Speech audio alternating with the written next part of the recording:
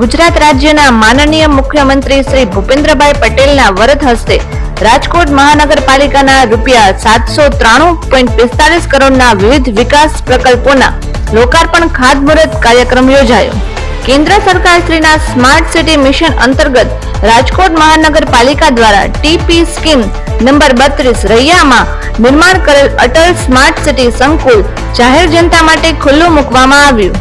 આ કાર્યક્રમમાં રાજકોટ મહાનગરપાલિકાના પ્રધાનમંત્રી આવાસ યોજના અંતર્ગત નિર્માણાધીન 1.5 BHK ના 1010 આવાસ તેમજ રાજકોટ શહેરી વિકાસ સત્તા મંડળના EWS 2 કેટેગરીના ખાલી 210 આવાસ યોજનાના લાભાર્થીઓને આવાસ ફાળવણીનો કોમ્પ્યુટરાઇઝ ડ્રો કરી લાભાર્થીઓને આવાસની ફાળવણી કરવામાં આવી।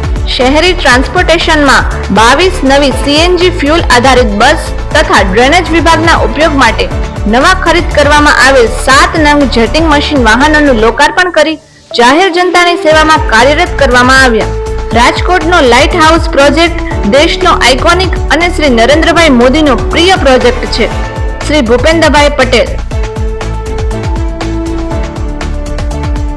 36 કરોડના જ્યાં બિલ્ડિંગનું ખાતમુહૂર્ત થયું ને તે પ્રજા માટે, પ્રજાના હિતકારી માટે આવું સરસ ભવનનું નિર્માણ થઈ રહ્યું છે। અને આજનો દિવસ તો કે આનંદનો છે કે CM સાહેબના ખાતે આજે આ બિલ્ડિંગનું ખાતમુહૂર્ત થયું અને બધા જ મારા એકથી નહીં પણ મારા અધિકારીગણ પછી બધા સભ્ય બધાના સાથ સહકારથી આ બિલ્ડિંગનું નિર્માણ થશે।